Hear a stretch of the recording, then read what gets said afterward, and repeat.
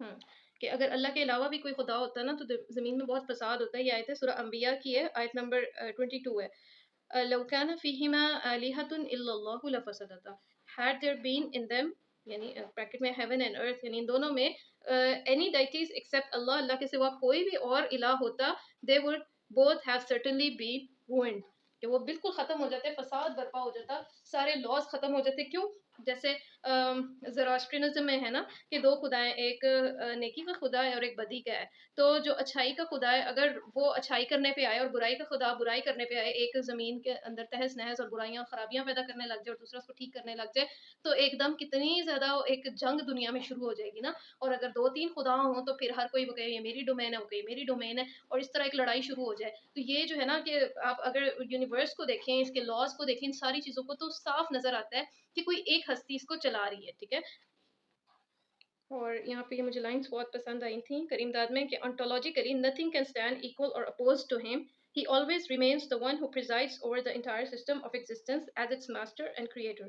Everything other than him is his creature and stands inferior to him.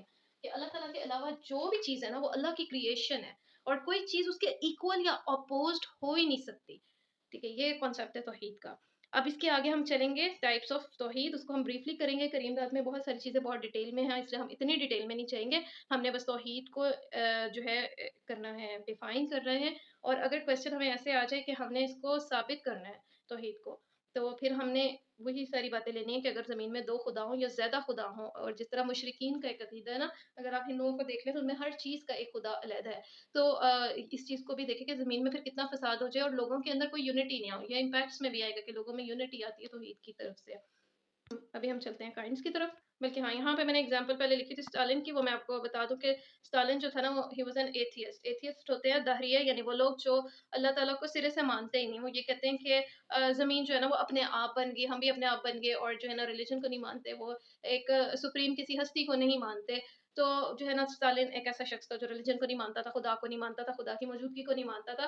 اور ایک دفعہ جب اس کے وہ جو ہے جنگ تھی جاری، اور جو ہے بالکل جنگ میں اس کو یہ خوف محسوس ہوا کہ اب ہم پہ اٹیک ہو جائے گا یا ہم ہار نہ جائیں، تو اس کے منہ سے نا ایک دم یہ نکلا کہ او گاڈ سیو اس.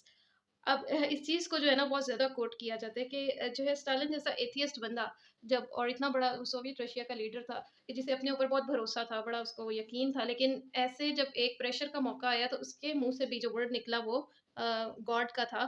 یعنی اس نے بھی جو ہے اندر سے اس کی جو آواز آئی نا کہ وہی بات کہ اٹ از ان آر فطرہ، ان آور نیچر، توحید کا کانسیپٹ اور ایک خدا کا، اور ہم کہ نجات اسی سے چاہتے ہیں. چلے آ جائیے اب ہم چلتے ہیں ٹائپس کی طرف. کائنڈس آف توحید، یعنی توحید کی اقسام کیا ہیں. توحید کی اقسام کا مطلب یہ نہیں کہ توحید بہت ساری ہیں، یہ کہ توحید کو ہم تین ڈفرینٹ کیٹیگریز میں رکھ دیتے ہیں اس کو انڈرسٹینڈ کرنے کے لیے.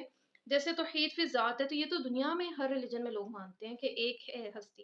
ایون آپ موویز میں، انڈین موویز میں دیکھتے ہیں تو کہتے ہیں اوپر والا یا نیلی چھتری والا، اس طرح کے ورڈس یوز کرتے ہیں. تو اللہ تعالیٰ کی ذات میں تو وہ مانتے ہیں کہ ایک ہی ہے، ایک ہی گاڈ ہے یا ایک ہی کریٹر ہے. جہاں پہ شرک آتا ہے نا، جہاں پہ لوگ ڈیویٹ ہوتے ہیں، وہ ہے صفات میں، توحید فی صفات یا توحید فی الافعال، کہ کرتا کون ہے، یا جو ہے یہ والی صفات تو کسی اور میں بھی ہو سکتی ہیں، ان چیزوں کے اندر آ جاتے ہیں. توحید کی ذات میں یونٹی ان پرسن، اس کا مطلب یہ ہے کہ گاڈ از، پہلی بات کہ ون، اللہ تعالیٰ از ون، واحد. ٹھیک ہے، لا الہ الا اللہ، دیر از نو گاڈ بٹ اللہ. ٹھیک ہے، اور وہ ایک ہی ہے. پھر نو انٹرمیڈیری، اللہ تعالیٰ کا نا کوئی انٹرمیڈیری نہیں ہے، یعنی کوئی درمیان میں نا کوئی بندہ نہیں بیٹھا ہوا جو آپ کے اللہ تعالیٰ سے کنیکشن کروا رہا ہے. یہ ایک ڈائریکٹ کنیکشن ہے وداؤٹ اینی انٹرمیڈیری. یہ بات یاد رکھنے والی ہے، یہ امپیکٹس میں بھی آئے گی، اور یہ بہت انپورٹنٹ چیز ہے کہ آپ کا ڈائریکٹ ون ٹو ون اللہ تعالیٰ سے کنیکشن ہوتا ہے. اچھا، پھر ہے ٹرانسینڈنٹ، مطلب ہے ایکسٹینڈنگ اور line beyond the ordinary limits, یعنی ایسی اللہ تعالیٰ کے پاس پاورز ہیں جو ایک عام انسان کے پاس نہیں ہے آبویسلی. ٹھیک ہے، پھر نان میٹیریل ہے، اللہ تعالیٰ کی کوئی فزیکل پریزنس نہیں ہے، کوئی فزیکل پرسیپشن نہیں، کسی نے دیکھا نہیں اللہ تعالیٰ کو کیسے ہیں، اللہ تعالیٰ کی فزیکل حیثیت کیسی ہے، کیونکہ وہ اللہ تعالیٰ نے ہڈن رکھی ہے. ٹھیک ہے، اور وہ کس طرح کے ہیں یہ بھی کسی کو نہیں پتا. اور یہاں پہ میں نے آیات جو ہے نا ایک سائڈ پہ لگا دی ہیں، بالکل اس سائڈ پہ جو ہے نا یہ جو 50:16 اور 56:85، اس میں سے آپ اس ٹاپک سے ریلیٹڈ آیات لے سکتے ہیں. جو آیت نمبر 50 ہے نا، سورہ 50 آیت نمبر 16 سورہ قاف ہے آئی تھنک، تو وہ میں لگا بھی دیتی ہوں. وہاں پہ اللہ تعالیٰ کہتے ہیں، ان کی اللہ تعالیٰ کی جو ہے نا ایک یہ بھی ہے کہ وَنَحْنُ أَقْرَبُ إِلَيْهِ مِنْ حَبْلِ الْوَرِيدِ. اللہ تعالیٰ کہتے ہیں کہ میں نا انسان سے اس کی جگل اور وین سے بھی زیادہ قریب ہوں، یعنی اس کی جو شہرگ ہے نا اس سے بھی زیادہ قریب ہوں. تو اس چیز میں نا یہاں یہ آ جاتا ہے کہ اللہ تعالیٰ قریب بھی ہیں اور ایک کانسیپٹ یہ کہ اللہ تعالیٰ عرش پہ بھی ہے. تو وہ یہی بات کہ اللہ تعالیٰ اپنی ذات میں عرش کے اوپر ہے موجود. ٹھیک ہے. اور جو صفات ہے نا اللہ تعالیٰ کی کہ اللہ تعالیٰ السمیع بھی ہے, اللہ تعالیٰ سنتے بھی ہیں, اللہ تعالیٰ العلیم بھی ہے, اللہ تعالیٰ جانتے بھی ہیں. تو یہ اللہ تعالیٰ کی جو ساری صفات ہے اس کی وجہ سے اللہ تعالیٰ ہمیں بہت قریب سے سن لیتے ہیں اور ہمارے بالکل قریب ہیں جب ہم ان کو پکارتے ہیں. تو یہ ایٹریبیوٹس بھی یہاں پہ آ جائیں گے. ایٹریبیوٹس میں لوگ شرک کیسے کرتے ہیں, جیسے اب آپ نے داتا کا ورڈ دیکھا ہے یہاں پہ, میں نے اسی لیے جان بوجھ کے لکھا ہے کہ گیور کون ہے, دینے والی ذات کس کی ہے, رزق دینے والی ذات کس کی ہے, اللہ تعالیٰ کی ہے. لیکن ہم نے اللہ کے ہی بندوں کے ناموں پہ لگ کے اس طرح کے نام ہم نے اللہ سے شرک کرنا شروع کر دیا, یہ کہہ کے کہ فلاں شخص ہمیں دیتا ہے, فلاں سے ہم دعا کریں گے تو اللہ ہمیں دے گا. حالانکہ یہ تو بات ہی نہیں تھی. جو بزرگان دین تھے وہ تو ہمیشہ اس چیز کی تلقین کرتے رہے کہ اللہ تعالیٰ واحد ہیں, وہ توحید کا پرچار کرتے رہے. لیکن ان کی ڈیتھس کے بعد ہم نے انہی لوگوں کے جو تھی شرائنز ان کو ہم نے شرک کا اڈا بنا لیا اور ان کے ناموں سے ہی ہم نے جیسے داتا ہے اور گنج بخش, اب خزانے بخشنے والی بھی ذات اللہ کی ہے. تو یہ ایٹریبیوٹس میں شرک ہو جاتا ہے. ٹھیک ہے. تو اس لیے کہ اللہ تعالیٰ کی جو صفات ہے نا, جو قرآن کے جو ہیں, جب ہم قرآن کا فرسٹ پیج کھولتے ہیں اس میں 99 نیمز آف اللہ ہے, اس میں جو کچھ اس کی ذات کے نام ہیں اور کچھ اس کی صفات کے نام ہیں. تو وہ اللہ تعالیٰ کے ایٹریبیوٹس ہیں اور ان میں بھی شرک نہیں کرنا چاہیے. جیسے ایک اللہ کا نام ہے رافع, یعنی عزت دینے والا, بلندی دینے والا, المعز عزت دینے والا, رافع بلند کرنے والا, الفتاح دروازے کھولنے والا.